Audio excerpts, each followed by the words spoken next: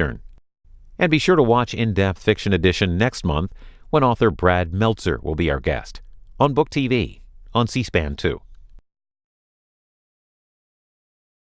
With 13 days until the election, C-SPAN is your primary source for Campaign 2018. Next, a look at a House race in Kansas between Republican Steve Watkins and Democrat Paul Davis. They're running for the seat of Republican Representative Lynn Jenkins, who's retiring. Politico has the race listed as a toss-up. This is 35 minutes. This is a 13 News Special Election 2018 presentation. And good evening again, everybody. Welcome into this Election 2018 special coverage from 13 News. I'm Ralph Hipp alongside Melissa Bruner, and Sean Wheat is joining us. Tonight, we help you get to know those two leading candidates in a key race in the midterms, the race for Congress in District 2. Paul Davis ran unopposed in the Democrats' primary, and for the Republicans, Steve Watkins topped a field of 7 to earn the GOP nomination. Now, here's how our discussion will unfold. Each candidate will have 1 minute for an opening statement. Each will get 1 minute to answer each question, and we'll reserve 1.5 minutes for each candidate to offer a closing statement at the end. We'll go right through to 7 o'clock here, and the candidates drew numbers to determine which one of them would go first. So with being our opening statements, we go to Paul Davis. Mr. Davis? Thank you for joining us tonight. I'm Paul Davis. I'm a lifelong Kansan. I'm the son of 2 teachers. I'm a husband. I'm a father. My wife and I are raising our daughter here because Kansas is our home. I started this campaign with a 25-county listening tour in the 2nd District, and I've been back time and time again. I've heard your concerns about how Washington just doesn't seem to listen to us anymore. They don't seem to care about us. We have a broken Congress, and we have no choice but to fix it. In order to do that, we have to send problem solvers to Washington, people who know how to get things done, people who aren't afraid to work with the other party. That's what I did for 12 years in the state legislature, and it's why 36 current and former Republican elected officials support my campaign. I'm ready to roll up my sleeves and work with anyone to tackle America's problems, to lower our health care costs, to get our economy working for working people again, and to make sure that our Congress is accountable to us and not the special interests. Thank you. An opening statement from Mr. Watkins. Thank you very much. My name is Steve Watkins. I'm the Republican nominee for Congress. My message tonight is very simple. I'm the Republican and I'm up against a Democrat. Now, I'm a political outsider. I'm a fighter, and I fought for you in Afghanistan. I'd like to do that on Capitol Hill. I want to fight for a government that's more efficient, effective, and more accountable. And to us, that means you get to keep more of your paycheck. It means that our borders are secure, and so are our communities. And it means that we have access to quality health care. That, or we can elect a Democratic-led Congress and face more gridlock and more mob rule, and we're better than that. So please join me this November. Love to serve you. Thank you, candidates. We get into the questions now. It's no secret Mr. Davis has held political office before, while Mr. Watkins is in his first campaign. So this first question, if you could tell us, why is having political experience a good thing or a bad thing? We start the answers with Mr. Davis. Well, for 12 years, I worked with Republicans, and I built bipartisan coalition after bipartisan coalition. Whether it was making a historic investment in our public schools in 2005, or whether it was balancing our state budget at the height of the Great Recession in 2009, or passing our comprehensive transportation plan, the largest job-creating program in state history, in 2010. I've been there working with Republicans to get things done and get results. And I think now more than ever, we need people like that in Congress. We need problem solvers, people who are willing to tackle the tough issues and aren't afraid to work across the aisle and also aren't afraid to buck their own party. I am an American and a Kansan long before I am a Democrat. Thank you. Mr. Watkins. Thank you. Now, I'm an engineer, I'm a builder, I'm a qualified paratrooper and an Army Ranger, and I'm a Christian, a family man, a dog sled racer and a mountaineer. But you're right, I'm not a politician, I'm not even a lawyer.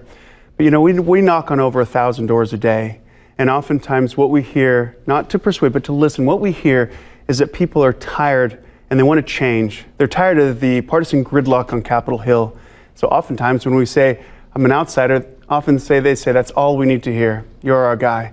So I want to work hard for you. I've helped solve problems in the Middle East. I've worked overseas for 8 years of my life. And during that time, I learned how and why America is so great. So it'd be an honor to serve you. Thanks. Thank you, Mr. Watkins. Well, for both gentlemen, many voters consider immigration the top issue in this congressional election. We've seen the wave of immigrants at the southern border tonight. What should the U.S. do about people who are currently in the country illegally or trying to get into the country illegally? And we'll start with you, Mr. Watkins. Sure. First, I'd like to say that I'm a build the wall guy. I think it's not mean-spirited or bigoted to have a wonderful and a generous and prosperous country, and we need to build a wall so that we can help assure that things are not trafficked through there that we don't want. Also, I want to look at sanctuary cities. I don't believe that we should fund them, and I don't believe in chain migration or visa lottery. Now, that being said, we are a nation of immigrants, a compassionate one. You know, my wife is an immigrant, and so we got to look at the immigration system and pass legislation that protects, that assures that those who are here do not live in fear out of that they'll get deported. Now, if they've been paying their taxes and following their rules, then we'll set them, give them a legal status. If not, if you're a felon, then you're gone. Thank you, Mr. Davis. You know, the issue of immigration is there's no greater example of a Congress that just can't seem to get anything done. They're just fighting with each other all the time, and we need comprehensive immigration reform. It starts with border security. We need more resources to make sure that we stem the tide of people that are coming across our border. I want to listen to the experts as to how we best do that. I support ICE. ICE plays a critical role in combating human trafficking, a problem that here in Kansas we unfortunately know too much about. I do not support sanctuary cities. I believe that law enforcement at all levels needs to work together to stem our immigration problems. But we do need to provide an earned path to citizenship for those who are here contributing to our economy, paying taxes, and playing by the rules. We've got to send a problem solver to Congress if we are going to finally get comprehensive immigration reform that works for America. All right. Thank you, candidates. They'll be answering questions from you coming up. Welcome back in. More of our live 13 News Forum with the two candidates in the race for District 2 of Congress, and we also welcome in Sean Wheat. All right, thank you very much. We want them to address issues on your mind. So our next couple of questions come from viewers. Listen to the first one.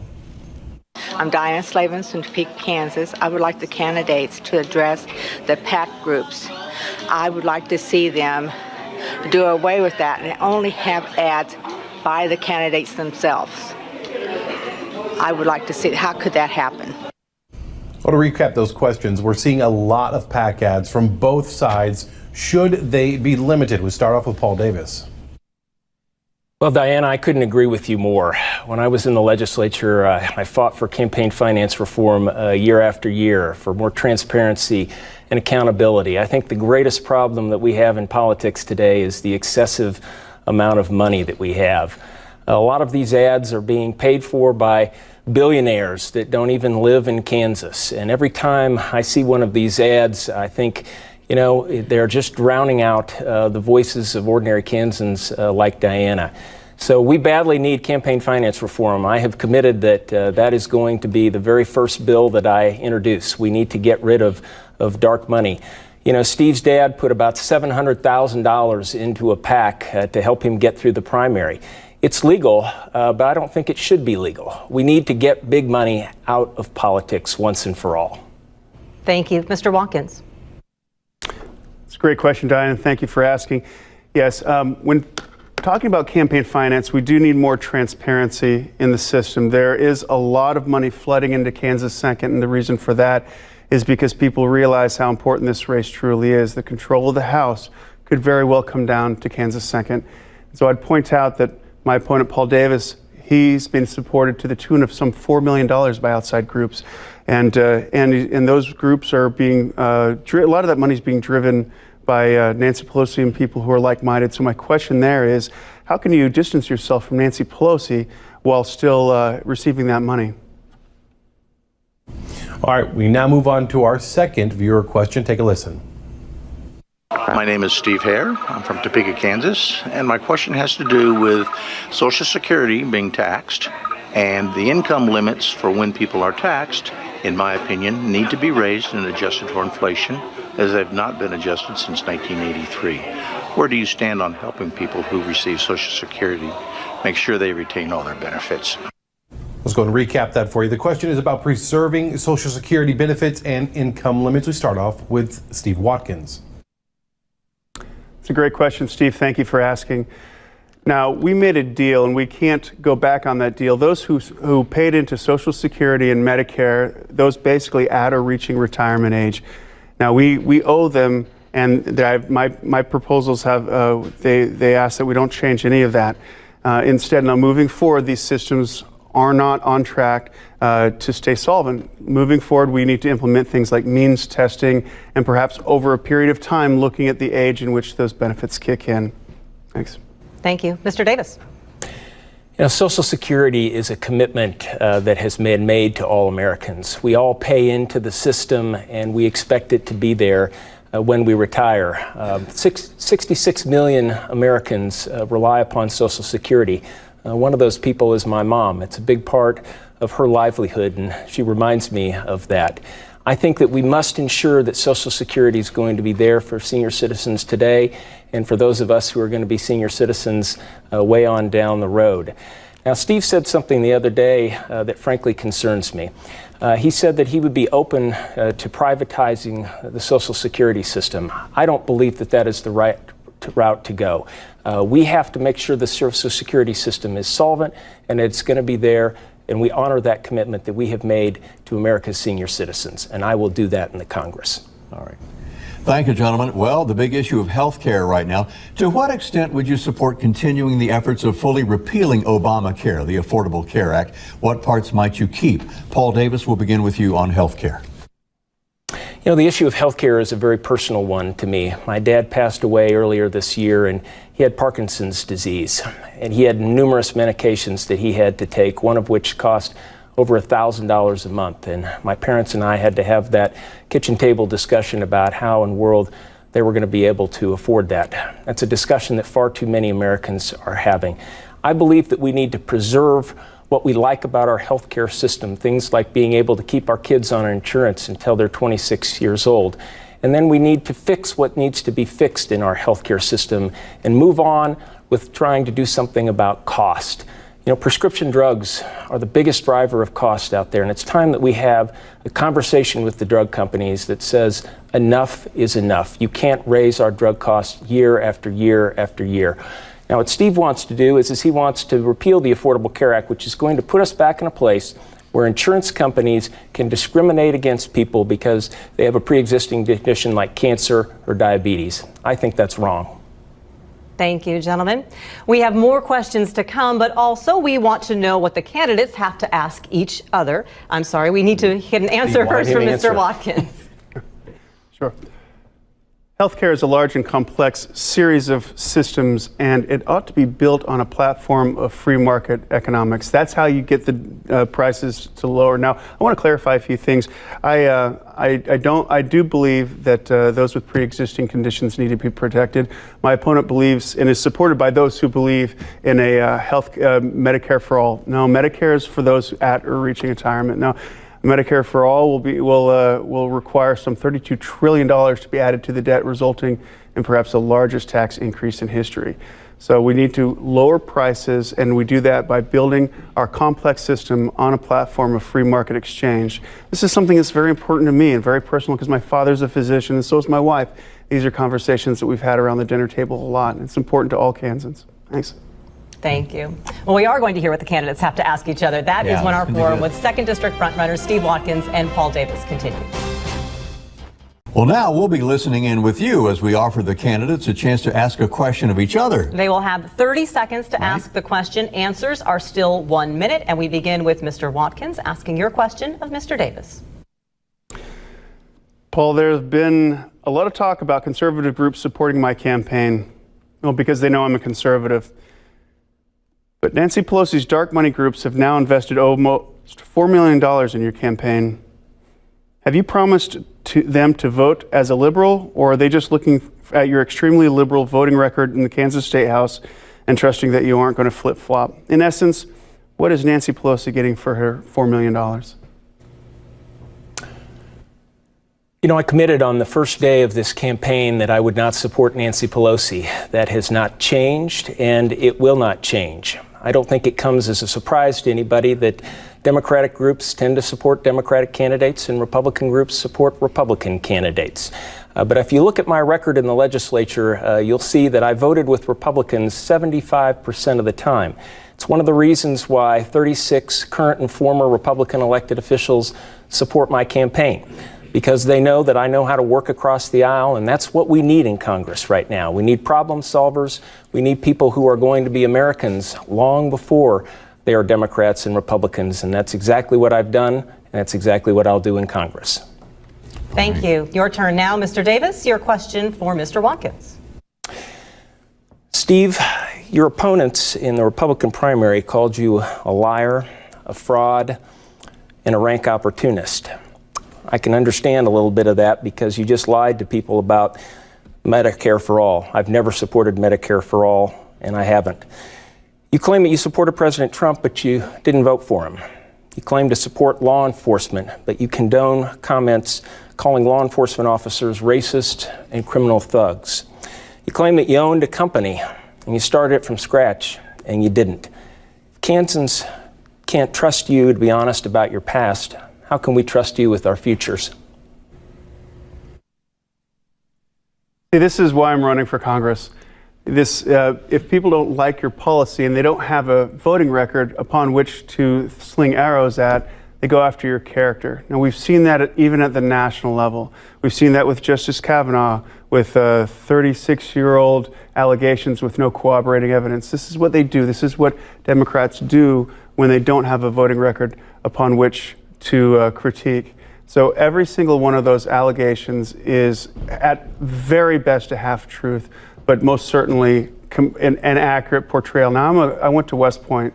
There's a code at West Point that a cadet will not lie, cheat, or steal, nor tolerate those who do. And lying is defined by an attempt to deceive.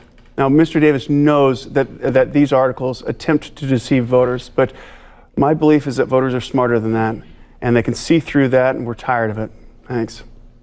All right. Thank you very much, gentlemen. Move on to our next question now. Several states are making their own laws regarding marijuana. Recreational pot became legal in Canada this week. Where do you stand? To what extent, if any, should the U.S. move to decriminalize marijuana? We start off now with Paul Davis.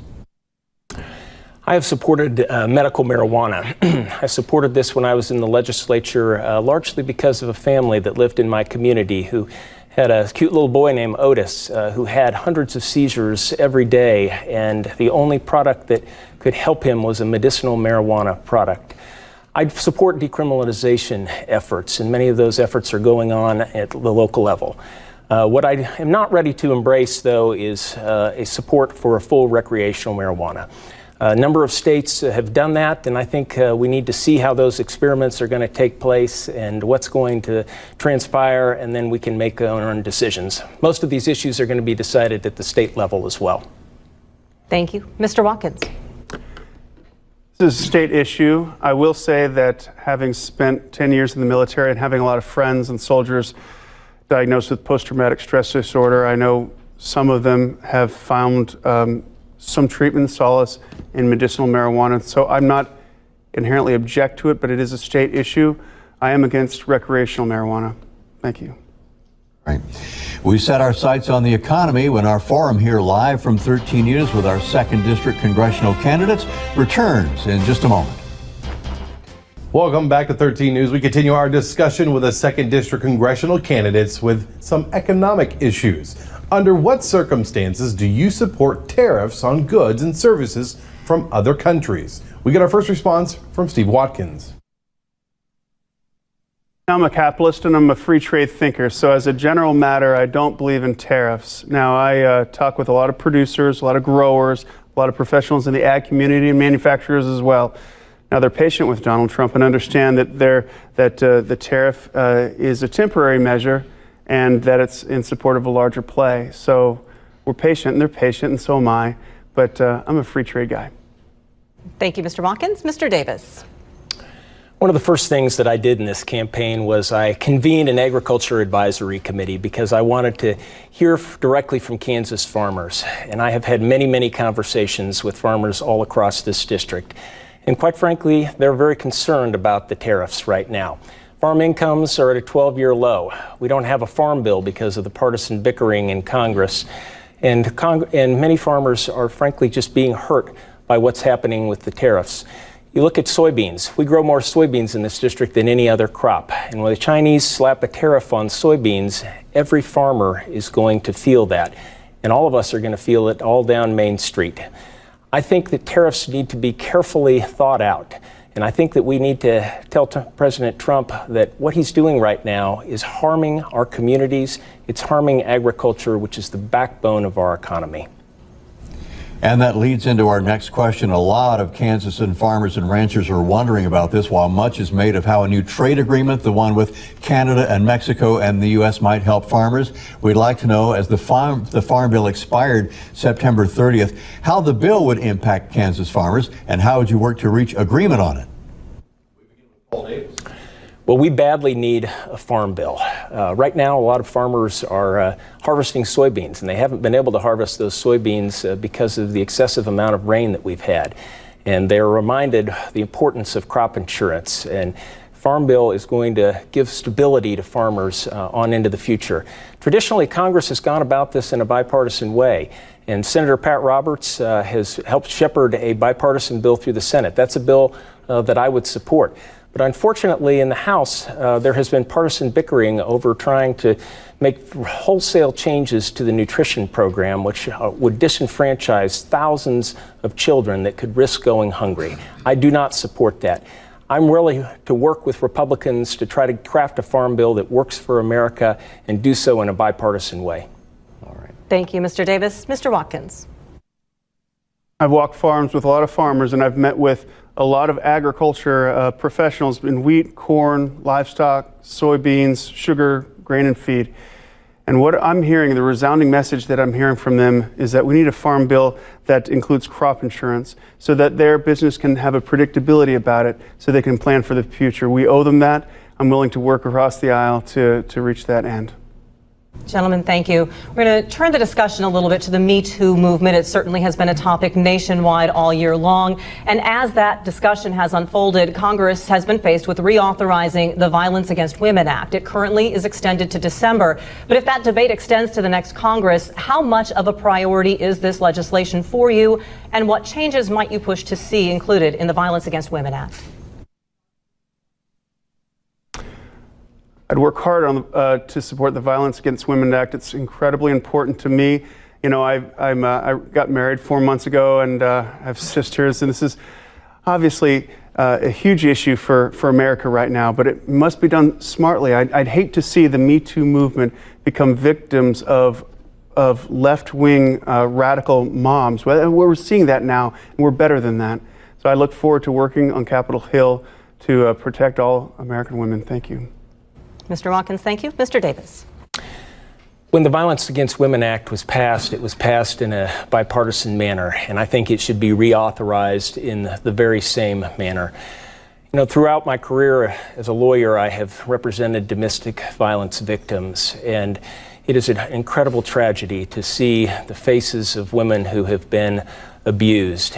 And the Violence Against Women Act is a critical component in combating domestic violence. And I think we need to take whatever steps we possibly can to make sure that we protect women and that we reauthorize this very important piece of legislation. Thank you very much for your answers, gentlemen. Well, candidates will present their closing statements next, and there's more time for more questions. You're watching our 13 News special presentation, Election Coverage 2018, on the congressional race. Back in a moment. Welcome back in. We're especially glad you're joining us tonight for our candidate forum. Well, as we saw in the Kavanaugh hearings, we're living in Washington in a 51-49 world. People are sharply divided on their views, especially about President Trump. Gentlemen, name an area on which the Trump administration you believe is right and an area where you believe they're wrong. And we'll start with Paul Davis on this question. Throughout my career, I have been willing to work with people from all political stripes. And if elected to Congress, I'm eager and look forward to working with President Trump. President Trump has talked about some priorities that are my priorities and I believe are the priorities of the people in the 2nd District. He's talked about the need for an infrastructure plan to help rebuild America.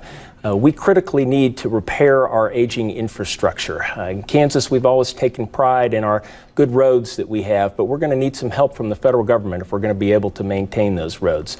President Trump has also talked about lowering prescription drug costs. This is a personal issue to me, as I talked about earlier. My dad had to deal with incredibly high prescription drug costs when he was battling Parkinson's, and so many Americans are doing that right now. Where I disagree with President Trump is what we just talked about in the tariffs. I just think the tariffs are really damaging people in agriculture. They're damaging other people's in various economic sectors, and they're just not good for Kansas. And I think we need to go in a different direction. Thank you. Mr. Watkins. Proud of the progress President Trump has made in the economy. Last quarter saw economic growth of 4.2%. Our unemployment we have record low, particularly among African Americans, Hispanic Americans, and Asian Americans. The economy is fantastic. It's booming, and I'm proud of the progress he's made in cutting the taxes and regulations. But I call balls and strikes on Donald Trump. I don't agree with the tariffs. It's the government's job to step out of the way and allow Kansas producers to find demand overseas. Okay. Thank you. Well, we mentioned this slightly earlier. We'd like your thoughts on a situation that's been developing, particularly this week. There's another group of migrants from Honduras coming toward the U.S. saying they are fleeing violence and poverty. This week, the Trump administration actually said they would end all aid to Honduras if their president isn't able to get them to turn back. And the question is, what responsibility does the U.S. have to assist other countries in improving the circumstances from which these groups are leaving? We begin this question with Mr. Watkins. I'm very familiar, having worked overseas for many years. I'm familiar with the State and Defense Department affairs. Our State Department has tools at its disposal to help work with these countries in terms of aid and training and support and diplomatic advisory capacity. And so the hope is not only we build up their capacity to grow their economies on the merits of free trade and capitalism. Meanwhile, we help them to fight their own crime and their own problems. So the U.S. is very good at this. We did this. I was involved personally in this in Iraq and Afghanistan. That's what we need to do in Latin America as well. Thank you, Mr. Watkins. Mr. Davis. You know, our country's most important responsibility is to keep us safe. And it's clear that we have far too many people that are coming across our border with Mexico. That's why we need to have more border security, and we need to listen to the experts. Right now, we have policies with regards to many countries of allowing people who are already here to stay here because their countries are war-torn or they have gang violence everywhere.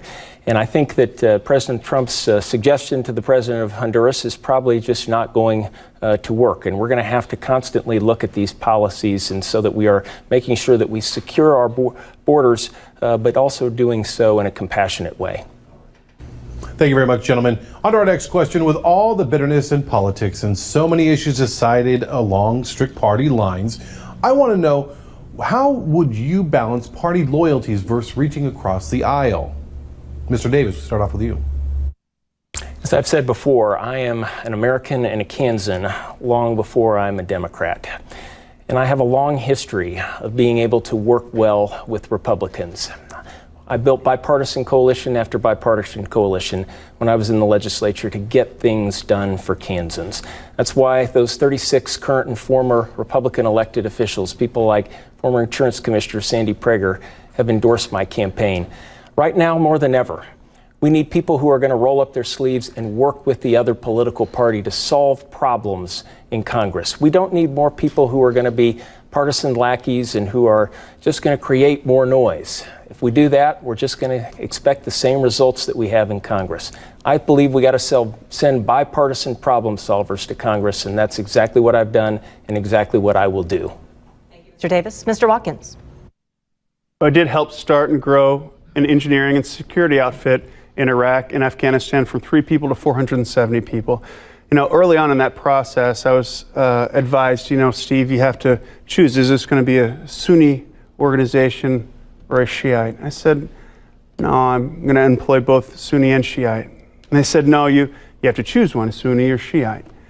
I said, no, if it's a mistake, it's mine to make. So I'm going to have both Sunnis and Shiites. Well, what happened is over time, I was able to get both to work together. And in fact, I doubled down and had females at key middle management roles throughout the organization. That was an accomplishment I was warned to not even try. I'm proud of the progress that I've made. And so if I can bring together Sunnis and Shiites, I can work in a bipartisan capacity on Capitol Hill. All right. And some final quick answers. Technology, as we're looking ahead, will bring new challenges in matching jobs with workers. How would you improve the workforce getting ready for our modern economy, where many of today's jobs might become obsolete? Steve Watkins, over to you quickly. All right. Well, technology, obviously embrace technology. It's an important part of me. What I've always maintained, I chose to go to the Massachusetts Institute of Technology in part because they're at the cutting edge of technological evolution. So we need to incorporate those the technology advancements into our trade schools, into our academics, and how we do that is we invite industry into the classrooms and make sure that what we're teaching the kids is applicable upon their graduation. All right. Thank you. 45 seconds for an answer from Mr. Davis. Our economy is changing very rapidly. Automation, the retail sector is changing in major ways. And I think what we need to do is we need to invest in proven workforce training programs, whether they are in our K through 12 schools, our community colleges, or places like Washburn Tech right here in Topeka. We also need rural broadband. Rural broadband can help an explosion of jobs and economic development in all across the 2nd District, and it is something that is desperately needed. You know, farmers shouldn't have to operate an irrigation system off of a hotspot. That's why I hope that rural broadband will be part of an infrastructure package that we pass to help rebuild America. Thank you. And that does conclude our time for questions. We now have a minute and a half for each of you to present a closing statement. We begin that with Mr. Watkins. Thanks for joining us tonight. You know, my story begins 6 generations ago when my family pushed west and settled in Kansas. More than settled, they homesteaded. And over the generations, we taught values of hard work and honesty and doing what's right. I carried those values with me, and upon graduating high school here in Topeka, I went into the Army. Instead of getting out of the Army as scheduled, I voluntarily extended so that I could go to Afghanistan to fight the Taliban. After that, I helped to start and grow a company, a wholly owned subsidiary, and that was in Iraq and Afghanistan. That's where I cut my teeth on leadership in conflict environments. Now, those values, those heartland values, have carried with me through 75 some odd different countries and 8 years spent outside the U.S. I'd like to bring those to Capitol Hill and fight for you. Thank you very much for your time and attention, and God bless. Mr. Watkins, thank you. A closing statement now from Mr. Davis. Well, thank you for tuning in to us tonight. I'm a lifelong Kansan, son of 2 teachers, a husband, a father. We're raising our daughter here because Kansas is our home. I've been a member of my local Chamber of Commerce for almost 20 years.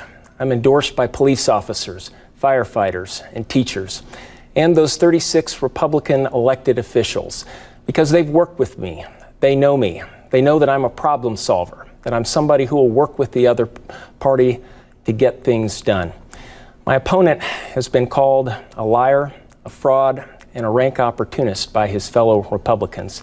He hasn't lived in Kansas for over 20 years. He doesn't own property here. He doesn't pay taxes here. In fact, he owns 2 homes in Alaska, and his wife lives in Massachusetts. He never voted in an election until he decided to become a candidate for Congress. We need to send somebody to Washington that we can trust. So if you're ready to send a common sense Kansan to represent you in Congress, who will work to lower our health care costs, who will get our economy working again for working people, and will make sure that our Congress is going to be accountable to us and not the special interest, I ask for your vote. Thank you. Gentlemen, we really appreciate your time with us tonight with the forum. Well, you've heard from the candidates. Now, on November 6th, it'll be up to you. And you'll also see a third candidate on the ballot in this race, whom you saw during the news, Libertarian Kelly Stanley, and you can hear that full interview on WIBW.com. Now, advance voting is already underway in some parts of the state. Jefferson, Jackson, and Riley counties among those that started yesterday. Shawnee County begins advance voting Monday. General Election Day is Tuesday, November 6th. Polls will be opening at 7 a.m. to 7 p.m. Remember, you'll find complete election coverage at WIBW.com/elections. We did have a wide-ranging discussion tonight. Healthcare, the economy, some various social issues, party politics. You'll be able to see all of that on WIBW.com as well if you want to recap this after this evening. Our sincere thanks to the Steve Watkins and Paul Davis campaigns and the gentlemen themselves for being in our studios tonight and taking the time. And all of you for watching. Sitting alongside Ralph Hipp and Sean Wheat. Thank you, gentlemen. I'm Melissa Bruner. Have a good night, everyone.